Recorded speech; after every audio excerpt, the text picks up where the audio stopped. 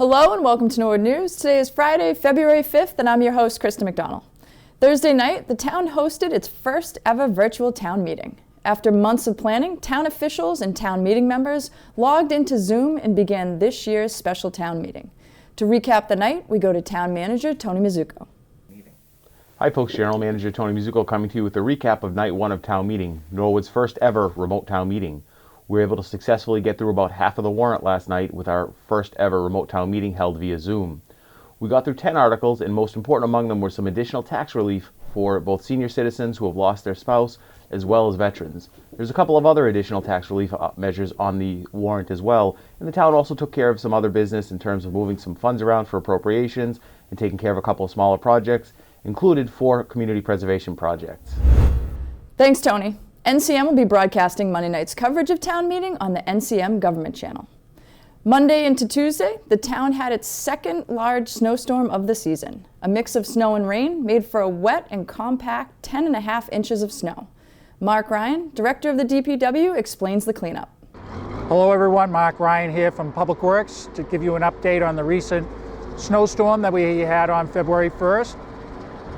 DPW crews reported to work as usual at 7 a.m.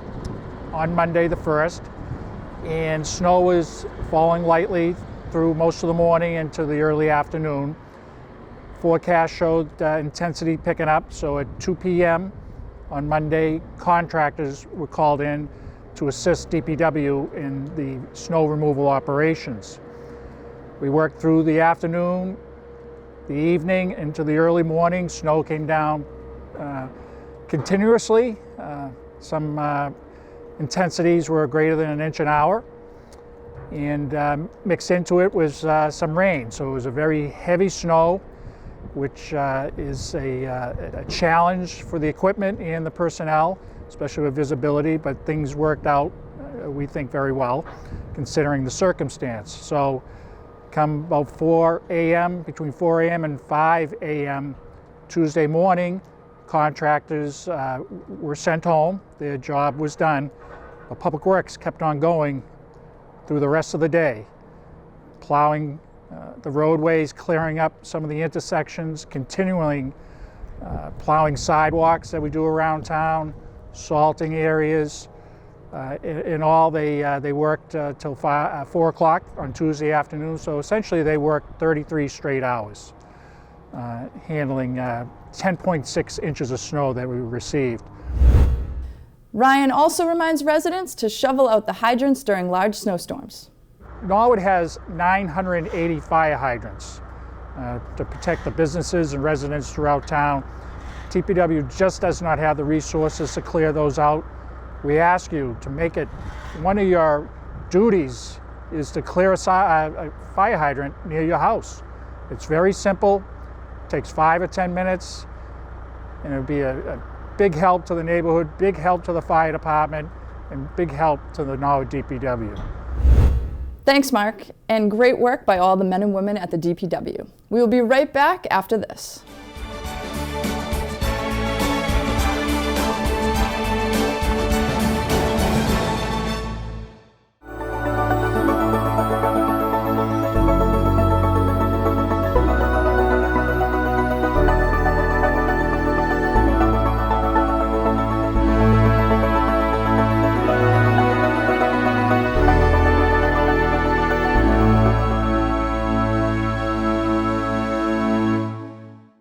Welcome back. Monday began phase 2 of the COVID vaccination release. Seniors who had appointments gathered at Memorial Hall to receive their first of 2 COVID vaccination shots. Hi folks, General Manager Tony Mizuko here at our vaccination center at Town Hall, and we're very happy that we're finally starting to get folks in the community vaccinated. As you can see, there's a lot of activity. We have the capacity to do about 100 people a week, and we're hoping to grow that if the state allocates us more vaccines. But we're happy to be here at what is sort of our first shot back after we got first responders done against the virus, and we're so thrilled that we're starting to get our older residents in Norwood vaccinated, and we're going to continue to do that. So we're down at Memorial Hall, and due to the snowstorm, we kind of had to move everybody to earlier appointments. So today we begin our list. We were able to start a wait list last week, and we begin our list today of our seniors being vaccinated. 97-year-old resident Jim Schmidt was one of the first seniors to receive the vaccine. Well, the elderly people are prone to get things that the other people don't get, or anything that you're not used to. NCM will continue to follow the COVID vaccination release here in Norwood. Kerry McCarthy has an update on the vaccine scheduling at the Senior Center. If you need assistance registering for the COVID vaccine, whether it's on the mass.gov website, we can help you with that. But more importantly, we can put your name on a wait list here at the Senior Center for the local clinic down at Town Hall. All we ask is you call us. We'll put your name on the list. It could take weeks, it could take months. The health department's only receiving a small number of doses per week, and they are giving us some time slots to fill for those folks who do not have any computer access or anyone to help them. So we're working through the list. We were able to get a lot of people registered this week, and we're more than happy to help. All we ask is when you put your name on the list, keep in mind that when we do call you, you're going to need your Medicare card and your health insurance card. And if you get an appointment elsewhere, before we reach you, please call us so we can take your name off the list. So right now, the only people that can go on the wait list are people who are Norwood residents that are 75 and older. And honestly, it's okay if you've lived in the town for 1 week or 75 years. We're going to get you on that list. And if you're 75 or 99, we're going to get you on that list. It doesn't matter. We will put you on the list, but you just have to be patient because we only have so many appointments each week. But we are more than happy to help you register. Thank you, Kerry. And now we're going to toss it over to Juliana O'Neill with school news. Hi, I'm Juliana O'Neill, and let's take a look at some activities happening in our Norwood schools this week. In Norwood High School news, 12 seniors in the civics class participated and excelled in the We the People Massachusetts state competition. NHS teacher Mrs. Molly Uppenkamp was proud of their confidence and poise in presenting their speeches and also answering judges' questions on a variety of constitutional issues. It's a national program run by the Center for Civic Education that has been around since the 1980s. Students here at Norwood High have been participating in the Massachusetts State We the People competition since 2013 as a part of their enrollment in the Honors Civics class. This past Saturday, January 30th, the 12 seniors who are enrolled in the civics class this year participated in a virtual version of the We the People State competition on Zoom, where they presented prepared speeches and answered follow-up questions from expert judges on a variety of constitutional issues in a mock congressional hearing format. The students prepared for weeks to participate. They did exceptionally well. They spoke confidently on issues that most adults don't know much about, and they were poised and answered follow-up questions from expert judges with ease. Especially proud of Jada Boykin, Laura Maloney, and Dyra Maldonado, whose group had the highest scoring presentation from Norwood High for the day. And Jada Taylor, who won a special award nominated by her peers for displaying civic virtue and commitment to her community. But especially proud of all of the students in the civics program who took their Saturday to really show off what they learned in this really unique experience. Great job representing NHS. At the Coakley Middle School, not even a global pandemic can stop Ms. Saratis' computer class. Once again, 7th graders are taking out their glue guns and markers along with their Chromebooks to build real-world prototypes to mimic technologies they see around them. Norwood is in its second year of Project Lead the Way, PLTW, a program that allows students to explore the fundamentals of technology and how things around us really work. What makes this year extra special is that hybrid students built their projects almost entirely at home. Students are coding microbits and using low-cost and recycled materials such as cardboard and duct tape to build mini houses that turn on a light when a pressure sensor is triggered, an alarm when a goal is scored, and wheels, doors, and even tornadoes to spin. In a world where the future of technology is now, the students in Mrs. Saratis' classroom are getting a head start. Hi, Mrs. Saratis. It's me, Maria Mozarova. So I did my final project. This is my code, and here's my project. I did the school bus. Here is my microbit. If we press button A, the servo have to on. If we press button B, it have to stop. If we press button A and B, the light have to on, like this. We can let the servo on and then press button A and B.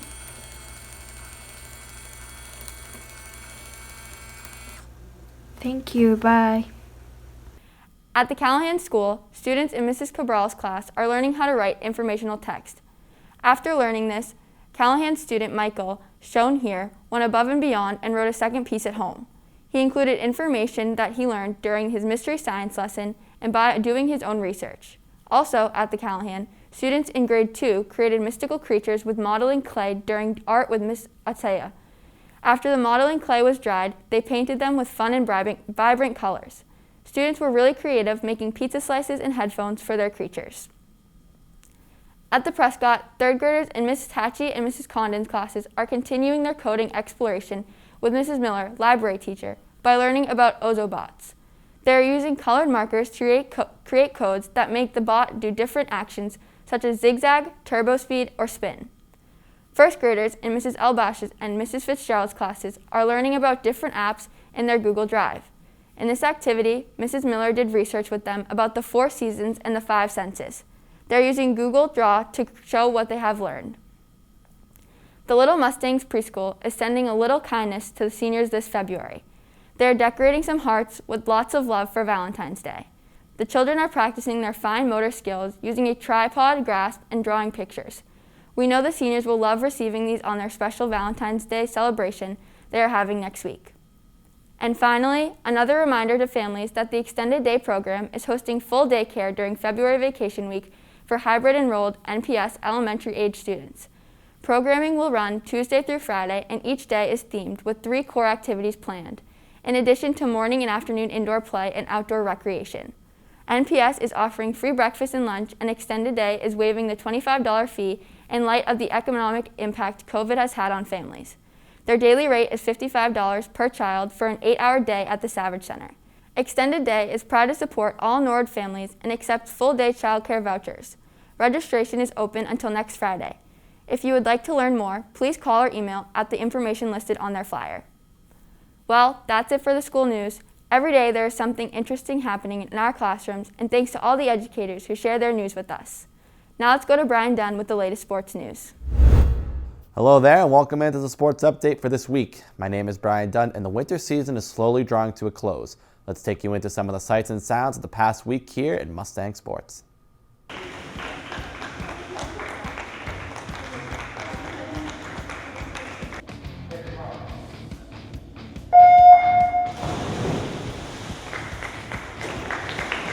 As well. Wolverines with an early 3-0 lead. Inside to Corellis. Corellis with another dish and another stroke, and a beautiful stroke from the outside.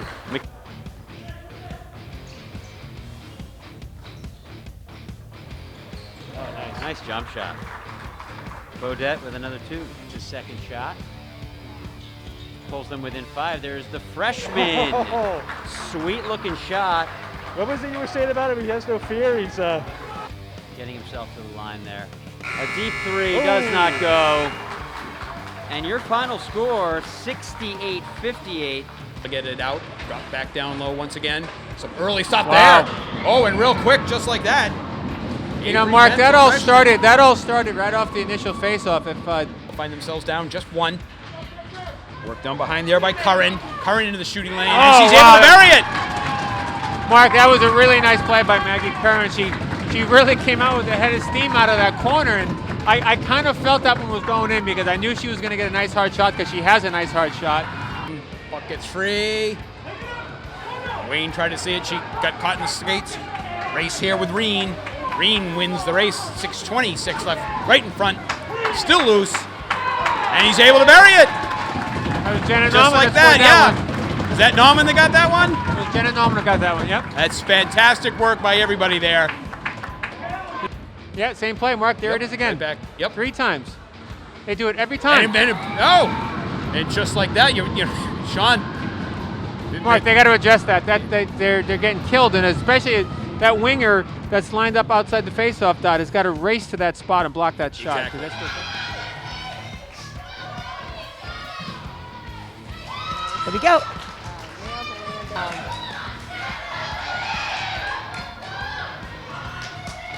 Going for her handstand. Beautiful. Front flip. Yes. Wow. Looks like a back. Nice height. Back gainer.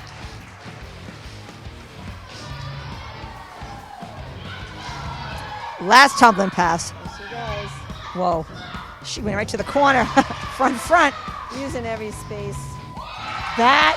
Yes. Beautiful. What an afternoon for Jillian. Would not be a surprise at all. A lot of these girls I also recognize from doing the soccer games. Yep. Western, there's a lot of overlapping, Yep. a lot of athletic Yep. girls. Yep. Caitlin Grant there with a great drive to the basket and Wow, crashing the boards. And, nicely done. Forrest with that cleanup putback. Delamere who picks up that loose ball. And then Grant finds it wide open. Carolyn Forrest to it. A little pump fake and gets Lennon to bite and then takes that wide open. Steves is another basketball family. We have two of their brothers on our side of the program. Really good players. Nice take. Speaking of basketball families, there's Erin Reen as she does. Yeah. Defense by Norwood. Norwood has been paying a lot of attention too to Hattie Noble. She's looked really strong, one of the senior captains for the Westwood team. Nice to see her get a little recognition in the pregame as well. Great and move. the shot will go. And a quick note before we leave you for this week, we want to remind everybody of Little League tryouts that will be happening right now. From February 1st to March 1st, registration is open for both A-ball, AAA ball, and majors. If there's any questions or additional information you may need, you can contact them at info@norwoodll.com. And that's my sports update for this week. It's been a long and unusual season, but we look forward to the Mustangs finishing strong here in the next few weeks. Kristen, back to you. Thanks, Ryan. Monday night, the Cultural Council met for an hour to discuss and finalize the 2021 grants. The council discussed grants for the library, the schools, and the senior center, with programming that encourages music and the promotion of Norwood artists. To end the meeting, the council entertained the idea of a mural painted by local artists. The next Cultural Council meeting will be March 1st. The Budget Balancing Committee met Tuesday night to discuss items concerning FY 2022. The meeting started by electing Bill Plasko, the new chair of the Budget Balancing Committee. Tony Mizuko then went into the numbers regarding revenue estimates and shared expenses. Mizuko shared the optimism behind the financial outlook, citing that the Override Stabilization Fund has given Norwood a significant cushion to balance FY 2023 and beyond. The board voted to approve Mizuko's blueprint regarding FY 22 free cash allocations and budget projections. The Finance Commission met briefly to discuss and approve funds for the recent CPC Carolyn Restoration Project. The board approved unanimously with an added note that the project can serve as a tribute to Bernie Cooper. The board also discussed the upcoming virtual town meeting and recent budget discussions from the Budget Balancing Committee. The Finance Commission will meet again in a few weeks. For complete government coverage, tune into the NCM Government Channel or watch it on demand at norwoodcommunitymedia.org. Stay tuned after this break for more town news.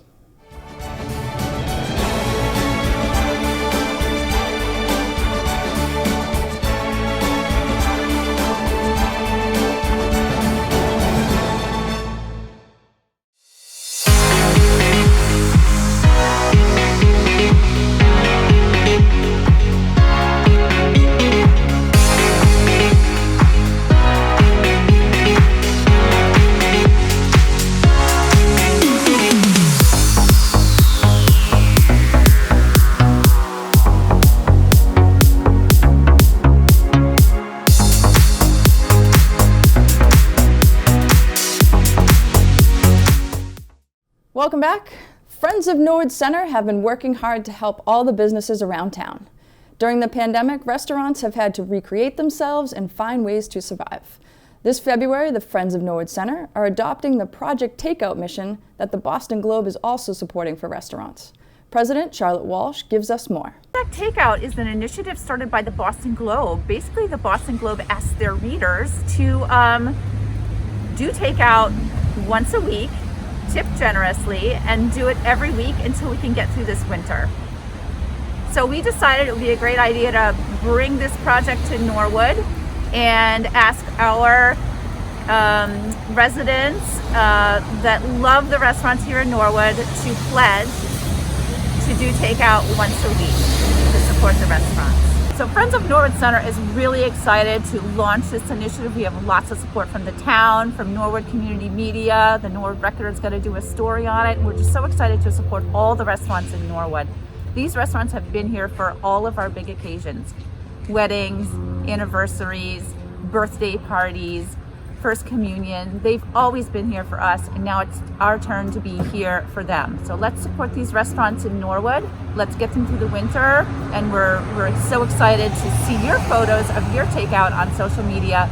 Please use the hashtag Project Takeout. Impact Norwood's Youth Ambassador Program is seeking new students. Impact Norwood is a substance use prevention coalition for students in grades 6 through 12. The program aims to raise awareness around substance use issues affecting the Norwood community. Students can expect to build leadership skills and have opportunities to enhance public speaking skills, advocacy, and community service. Coakley Middle School Coalition meets every Tuesday from 3 to 4 p.m. via Zoom. Norwood High School Coalition meets every Friday from 3 to 4 on Zoom. If you are interested in joining the Youth Ambassador Program, please email Francesca Golightly at fgolightly@norwoodma.gov. Well, that's all for Norwood News. To stay up to date with Norwood Community Media, follow us on Facebook, Twitter, and Instagram. As always, thank you so much for watching. Have a great weekend.